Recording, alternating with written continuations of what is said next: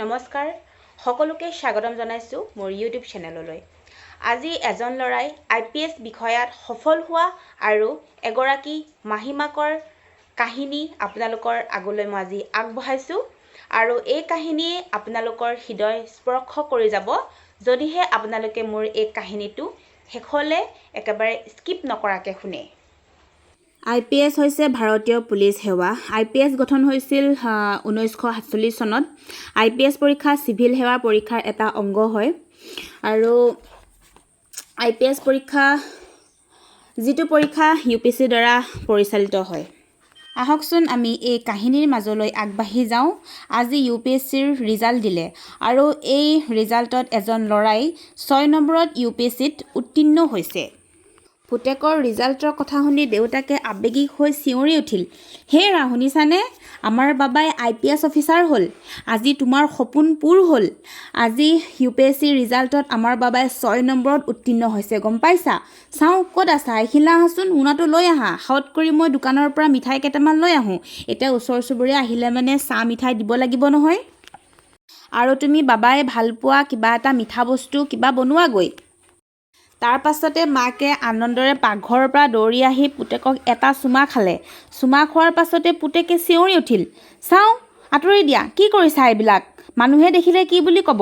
আৰু আগৰ কোৱাৰ দৰেই আজিও পুতেকে মাকক ক'লে, তুমি মোৰ মাহীমা হয়, ইমান ফূৰ্তি কৰাৰ কোনো দৰকাৰ নাই। এইষাৰ কথা শুনি মাকে দুচকু সেমেকি গ'ল আৰু আঁচলখনেৰে দুচকু মোহাৰি মোহাৰি ভিতৰলৈ সোমাই গ'ল। মাকৰ সেমেকা চকুজুৰি দেখি তেতিয়া দেউতাকে ক'লে, বাবা, আজিও তুমি তোমাৰ মাক মা বুলি গ্ৰহণ কৰিব পৰা নাই? আজি যে তুমি এই UPSC পৰীক্ষাত 6 নম্বৰত উত্তীৰ্ণ হৈছা, ইয়াৰ আঁৰত তোমাৰ মায়ে মেইন। কথাখিনি নকওঁ বুলি ভাবিছিলোঁ তুমি ডাঙৰ হ'লে এটা সময়ত নিজেই বুজি পাবা। তেতিয়া চাগে তোমাৰ মাহীমাই তোমাৰ মাৰ নিচিনাকৈ তুমি তেওঁক মৰম কৰিবা। কিন্তু মই ভাবিছোঁ যদি এই কথাবিলাক যদি মই নকওঁ তোমাৰ মাহীমাৰ কথাখিনি, তেতিয়া মোৰ পাপ লাগিব, মই ভালদৰে মৰিবও নোৱাৰিম। সেইবাবে ভাবিছোঁ আজি গোটেইখিনি কথা মই তোমাক কৈ দিওঁ বুলি কৈ বাপেকে পুতেকক চকী এখনত বহাই ল'লে। বহাই পেলাই আগৰ তেওঁ কেনেকৈ ডাঙৰ দীঘল কৰিলে, কেনেকৈ কি হ'ল বুলি অতীতৰ কথাখিনি ক'বলৈ আৰম্ভ কৰিলে।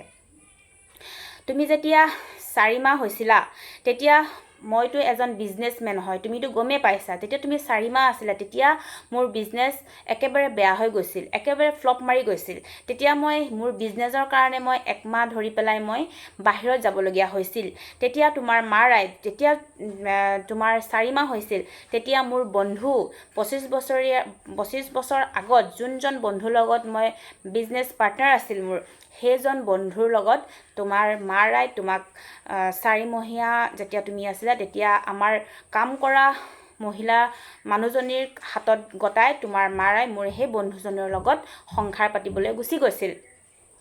আৰু যেতিয়া মই এমাহৰ পাছত ঘৰলৈ গুচি আহিছিলোঁ তেতিয়া মই তোমাৰ দুখখিনি দেখি, তোমাৰ কষ্টখিনি দেখি মই মানে ডিপ্ৰেশ্যনত পৰি গৈছিলোঁ। কি কৰিম মই এতিয়া? তোমাক লৈ মই কেনেকৈ বিজনেছ চলাম? তোমাক লৈ মই কেনেকৈ ঘৰ চলাম? সেই বুলি ভাবি পেলাই তোমাৰ মুখখন চাই মই তোমাৰ মাৰ ওচৰলৈ গৈছিলোঁ, বহুত কাকতি মিনতি কৰিছিলোঁ।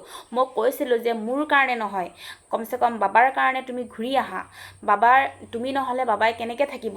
4 মহীয়া, ভাবা তুমি কিমান সৰু আছিলা। তেনেকৈ মাতিবলৈ যাওঁতে তোমাৰ মায়ে নাযাওঁ বুলি মোক কৈ পঠিয়াইছিলে আৰু তেনেকৈ মই তাৰ পৰা গুচি আহিছিলোঁ।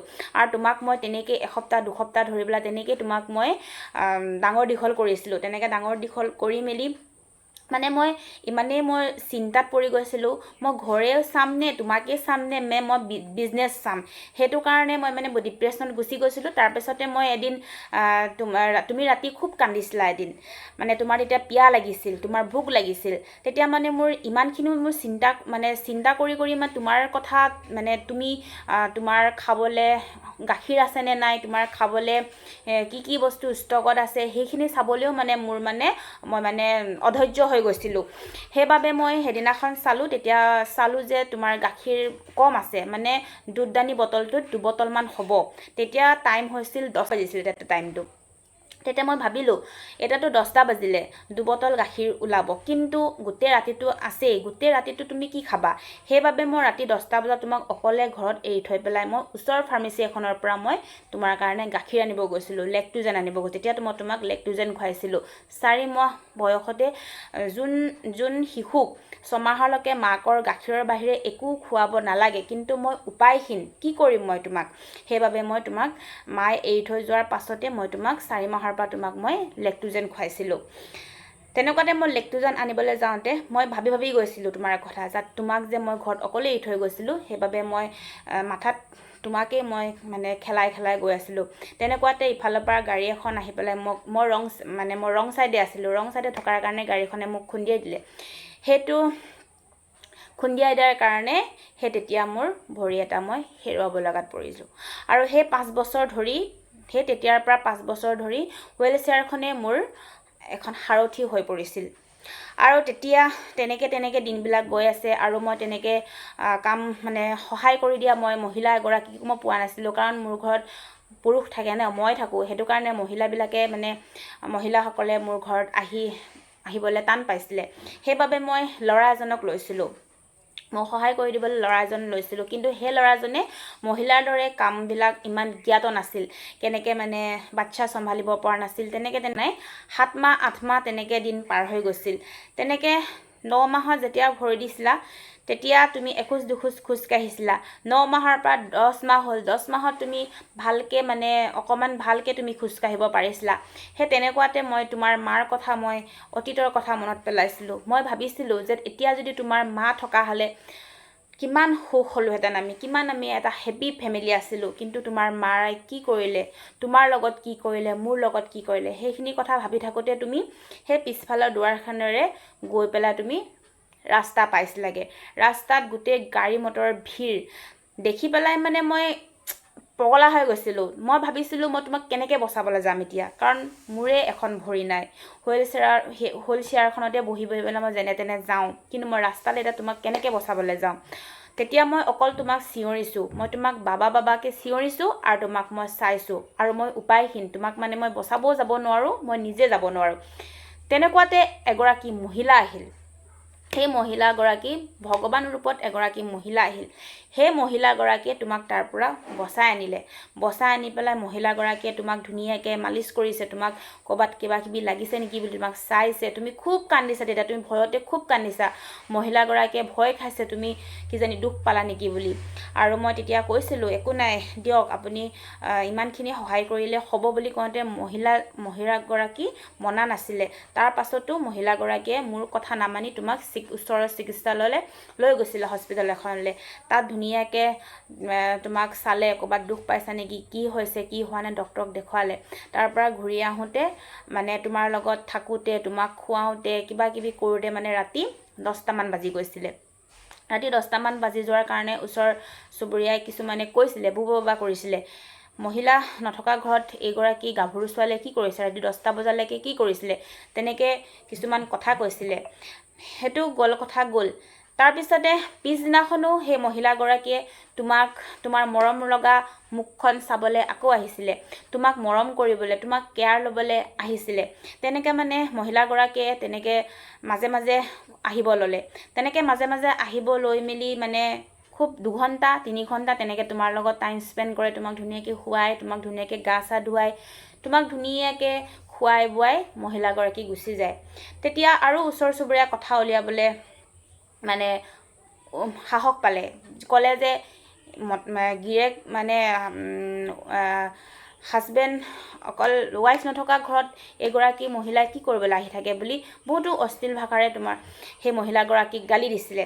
আৰু তেনেকৈ গালি পৰাৰ পাছত সেই মহিলাগৰাকীৰ ঘৰতো মানে একচেপ্ট কৰা নাছিলে সেইটো কথা, যেন তুমি পুৰুষৰ ঘৰত কিয় গৈ থাকা, মহিলা নথকা ঘৰত তুমি কিয় যাব লাগে। তেনেকৈ ঘৰৰ মানুহেও তেওঁক গালি পাৰিছিলে। আৰু তেনেকৈ সদায় গালি পৰি থকাৰ কাৰণে তোমাৰ কাৰণে তেওঁক পত্নীৰ ৰূপত তেওঁক স্বীকাৰ কৰিবলগীয়া মোৰ হ'ল। কাৰণ তেনেকৈতো গাভৰু ছোৱালীজনীয়ে সদায় আহি থাকোঁতে ওচৰ চুবুৰীয়াইতো কৈছে, ঘৰৰ মানুহো কৈছে, সেইবাবে মই তেওঁক শিৰত সেন্দুৰ দিবলগীয়া হ'ল। সমাজক সাক্ষী কৰি মই শিৰত সেন্দুৰ দিলোঁ। আৰু সেইগৰাকী মহিলাই হৈছে তোমাৰ এই মাহীমাজনী। আৰু সেই মাহিমাৰ কাৰণে তুমি আজি পৃথিৱীখন দেখিছা আৰু এই UPSC এক্সামত তুমি 6 নম্বৰত তুমি পাবলৈ সক্ষম হৈছা তোমাৰ এই মাহিমাৰ কাৰণে। আৰু এই মাহিমাৰ কাৰণে আজি মই এনেকৈ তোমাক লৈ পেলাই এনেকৈ মই থাকিব পাৰিছোঁ। আৰু যেতিয়া তুমি তেনেকৈ দিনবিলাক পাৰ হৈ গৈছিল আৰু যোনদিনাখন সেন্দুৰ দিছিলোঁ সেইদিনাখনেই তোমাৰ মাহিমাই তোমাক কথা দিছিল, প্ৰতিশ্ৰুতি দিছিল, কৈছিল যে আৰু মই সংসাৰ নবহাওঁ, এই দেহাই মোৰ কোলাত যি আহিলে তেওঁক মই পূৰা মোৰ নিজৰ সন্তানতকৈ বেছি ভালকৈ চাম আৰু মাহিমাৰ ৰূপত মই কেতিয়াও তাক নাচাওঁ আৰু মই তাক ভাল জ্ঞানী মানুহ বনাম, এটা আদৰ্শ মানুহ বনাম। আৰু মোৰ IPS হোৱাৰ বহুত হেঁপাহ আছিলে, কিন্তু মোৰ সপোন পূৰ্ণ হ'ল, কিন্তু মোৰ ল'ৰাক মই IPS অফিচাৰ বনাম বুলি সেইদিনাখনেই তোমাক কৈছিলে আৰু মোক প্ৰতিশ্ৰুতি কৰিছিলে তোমাৰ মায়ে। আৰু সেইবাবে আজি সেই 21 বছৰৰ আগৰ সপোন আজি পূৰ হৈছে। সেইবাবে তোমাক এটা চুমা খালেই মৰমত আনন্দত তুমি সেই বুলি ইমান বেয়াকৈ তোমাৰ মাক কোৱাটো মোৰ কিন্তু ভাল লগা নাই। তেনেকৈ দেউতাকে পুতেকক ক'লে আৰু আগৰ কথাখিনি ক'লে। যেতিয়া তুমি স্কুল যোৱা তেতিয়া ৰাতিপুৱা স্কুললৈ যোৱা তাৰ আগতে 5টা-6টা বজাত উঠি পেলাই তোমাৰ মায়ে তোমাৰ কাৰণে টিফিন বনাই দিয়ে, তোমাৰ কাৰণে ভাত বনাই দিয়ে, মোৰ কাৰণে বনাই দি পেলাই তোমাক স্কুল লৈ যায়, লৈ গৈ পেলাই আকৌ ছুটি টাইমত তোমাক লৈ আহে। তাৰপিছতে যেতিয়া তোমাৰ জ্বৰ হয় তেতিয়া তোমাৰ মায়ে গোটেই উজাগৰে ৰাতি তোমাৰ লগত সাৰে দি থাকে। তোমাৰ যেতিয়া বেছি জ্বৰ উঠে তেতিয়া তোমাৰ মায়ে কান্দে, তোমাৰ কপালত হাত ভৰাই থাকে, কান্দি থাকে। কিয় কান্দিছিলে তুমি গম পাইছানে? সেইগৰাকী মাতৃ যে তোমাৰ জন্মদাতা মাতৃ নাছিল, সেইগৰাকী মাতৃ যে তোমাৰ মাহিমা আছিল, সেইকাৰণে। আৰু যেতিয়া তুমি পঢ়ি টেবুলতে টোপনি গুচি যোৱা তেতিয়া তোমাৰ মায়ে গোটেই কিতাপ বহীখিনি আনি পেলাই তোমাৰ বেগত ধুনীয়াকৈ ভৰাই থৈ দিছিলে আৰু তোমাক কোলাত দাঙি আনি পেলাই বিচনাত ধুনীয়াকৈ শুৱাই পেলাই তাতে গৰম কাপোৰ কিবাকিবি লগাই দিছিলে। কিয় লগাই দিছিলে গম পাইছানে? সেইগৰাকী মাতৃ যে তোমাৰ মাহিমাক আছিল, সেইকাৰণে চাগে। তুমি গাখীৰ খাই বেয়া পাইছিলা, তুমি গৰু গাখীৰ খাই বেয়া পাইছিলা, তুমি যেতিয়া তোমাক মায়ে গাখীৰ খুৱাব বিচাৰে তেতিয়া তুমি ইটো ৰুমৰ পৰা সিটো ৰুমলৈ তেনেকৈ তুমি দৌৰি ফুৰিছিলা। তেতিয়া তোমাৰ মায়ে ফুচলাই সাধু কথা কৈ গল্প কৈ তোমাক মৰমেৰে জোৰ কৰি তোমাক গাখীৰ খুৱাইছিলে। কিয় খুৱাইছিলে জানানে?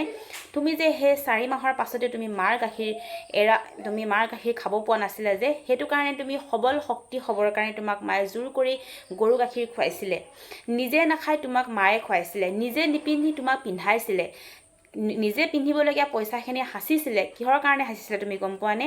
এই যে আজি তুমি ৰিজাল্টটো পালা যে, সেই ৰিজাল্টটোৰ কাৰণে মায়ে তোমাক পইচা এটকাকৈ নিজৰ পিন্ধিবলগীয়া খাবলগীয়া পইচাখিনি মায়ে সাঁচিছিলে।